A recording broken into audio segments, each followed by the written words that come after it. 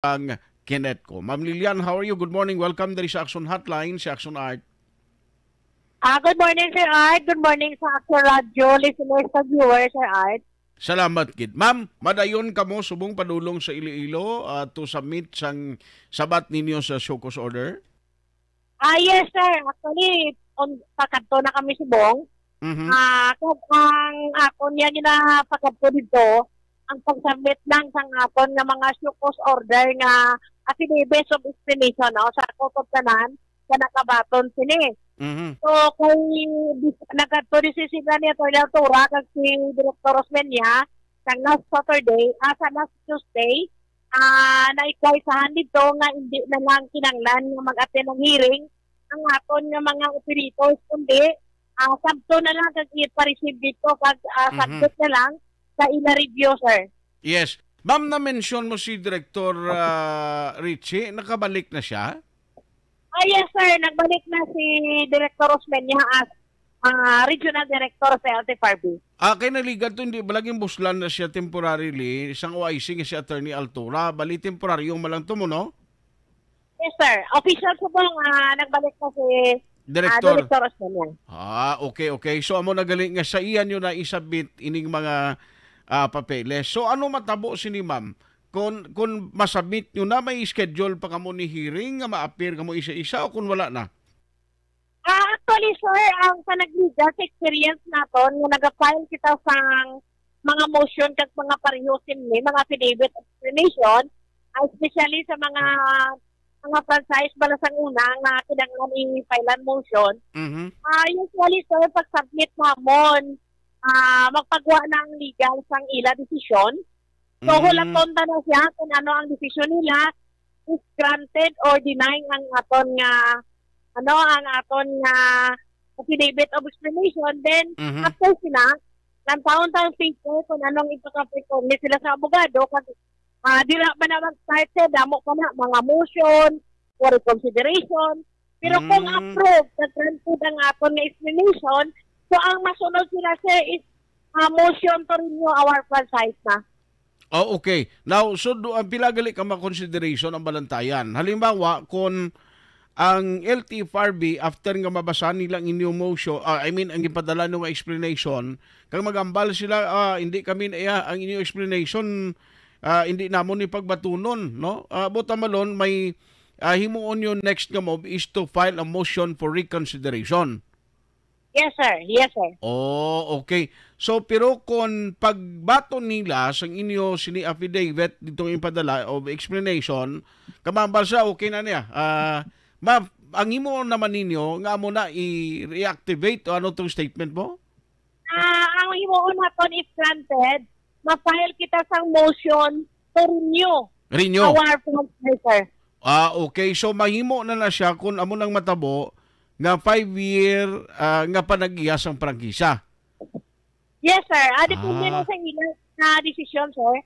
Anong taon-taon kung ano ang ilang posible. Kaya pumatsagan ko gani, sir, kung makapagawa sa memorandum circular ang LTFRB, masyag ko madamastap naman ang ni sir eh. Damastap naman lang, no? O daw delaying tactics na lang ni sir. Ti galing kay ti kung mag-amo ni siya ang sitwasyon, kabundol nga daan to sa ila. Dasig sa pag hindi lang ni kay subong lang lawig ganing kwan nga ni ang modernization program nga naga-atras abanti ang implementation pero do subong malang ni nga daw gin puwersa gid lang ipatuman. Yes, sir. Ang manugari tungkol sa mandatory consolidation sa April 30. So, sa piyak sang grabe nga pumersa nila, nalinupok na ng issue sang mga modernized subong, kita na po, no? Ang subong ang update naton, sir, ang Bacolod South, ang unit ko, ang sila, ang ilang mga board suspended na, alin sa CDA. Then ang problema, subong ang suret naman. Tapos ang Cebu Peoples, nag-file na sila. Ang suret ang Cebu Peoples, mag-file na sa cancellation and revocation ng ilang franchises. So, ongoing na siya. Okay. Nag-submit sa LTFRB. So, kaya mo na sa problema, sir, ang nagkalatabo sa sininga programa. So, ang namon yan ang posisyon, consistent kita nga dapat in-stop, isuspend ang basura, Ang programa ni Duterte sa administrasyon ni PBBM, hindi ka na pang mapumuluyo. Grabe lang. Initanan, sir, nag-provoke or magatulod sa mga operators at drivers na maglunsar ng malaparon ng mga aksyon protesta, sir. Okay. So, ina siya subong ginaplansa o ginaplano nyo na nga magpatigayon sang lapnagon nga protesta? Yes, sir. May ara kita sa sunod nga simana. May ara kita state of traditional address or suta. Kung ang city may suta, ang congressman tayo may suda, kita sa transport may suta man. May so, may ano ka mo? Sa sunod nga simana, sir. Suta yang inyo? Yes, sir. Suta. State of the transport address? Yes, sir. So ano more or less ang ekspektaron ta sa suta nyo niya? Ano nila mo, sir, ginahimos, no? Ang opisyal na nga panawagan, diri sa lokal, kag sa nasyonal na, sir. So, ang nasyonal na panawagan, kaya nga asubong, ang Kongreso kag ang Senado, padayon gapon nga nagagisa, kag nagaplan sa hanay, no?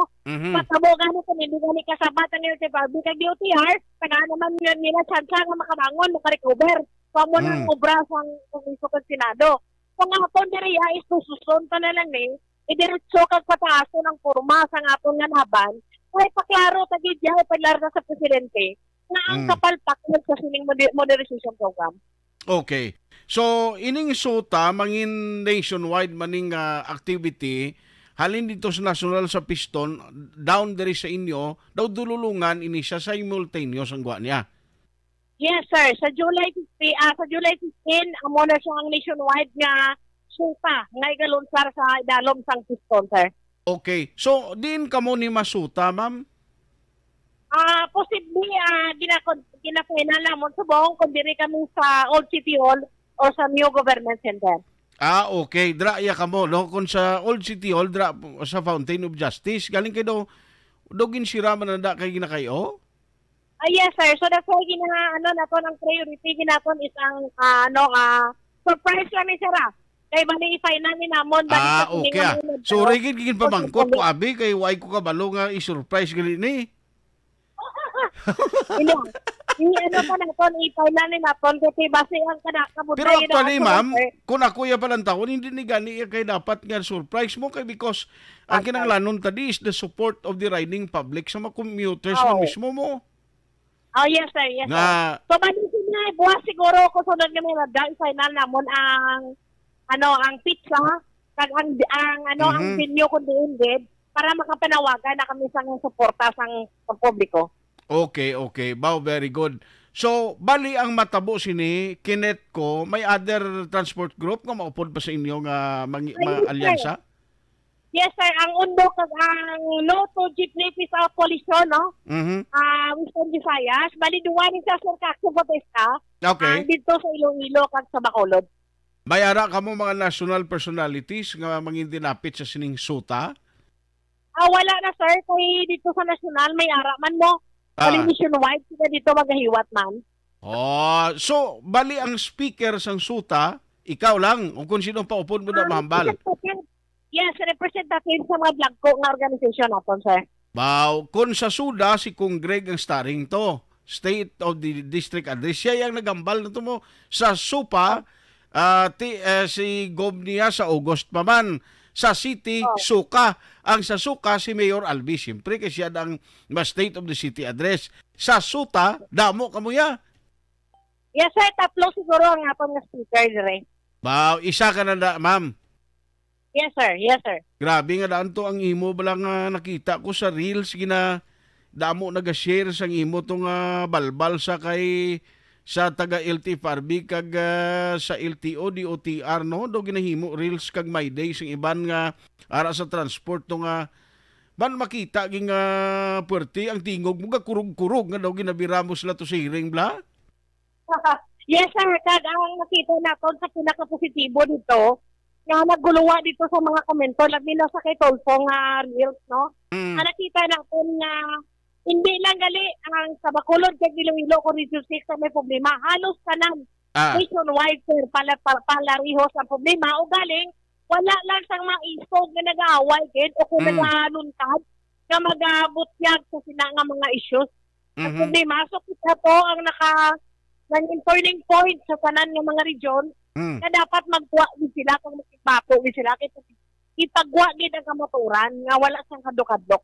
Siling ko gani dapat sa masuta ni hindi lang kay inyo grupo, ang ibang taning ang grupo di mabuylog na lang aras transport para isa na lang blaka tingog. Yes sir, ginapangabay ginamo ang tanan ng mga operators ka drivers kaya maupod sa sining suta naton sir, kalabi na napon nga mga commuters man. Ti ko mag-intrabi si Mr. Cathedral.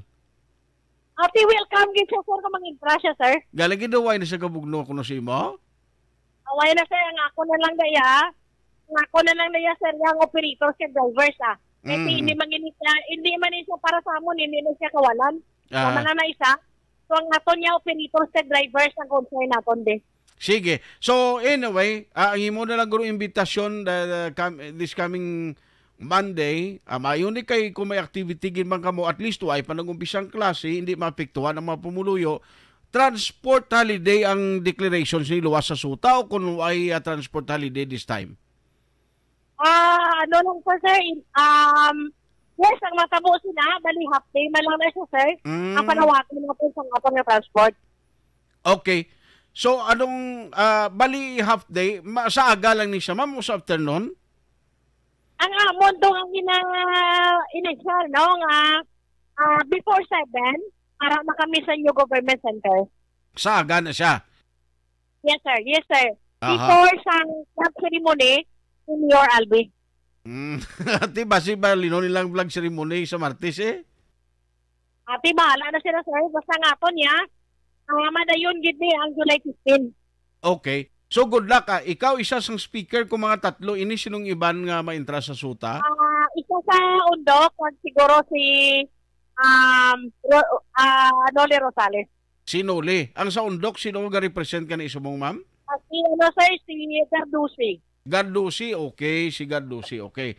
So anyway, do you have any message sa aton public? Because I know nga kinaglanon man ang support sa public, ma'am, on this activity on Monday. Yes sir. So salamat mo nga, hindi ko dapat yung sikreto. Ang hamon lang yung plano lang bala. Itikisaan was pareho to sa pag-file namon niya sa sa agency sa Bitaw.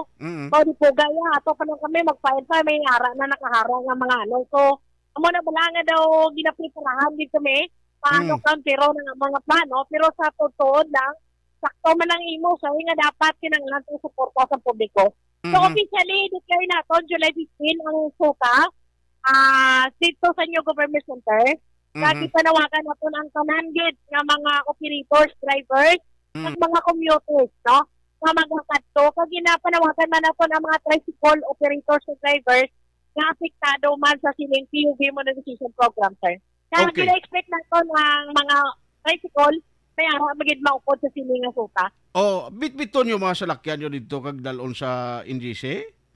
Yes, sir. Yes, sir. Tigutok kali ang kuan na dai parkingan magamuni. Ipakita naton ang kasi masiling sila balang nagasuta mga hinakot na po, no?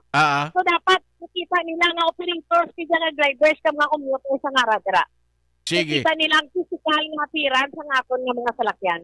Sige, good luck ma'am and rest assured ang Aksyon Radio Bacolod will be covering sang inyo activity. Salamat gid ma'am Lilian sa inyo grupo. God bless sa kinet ko.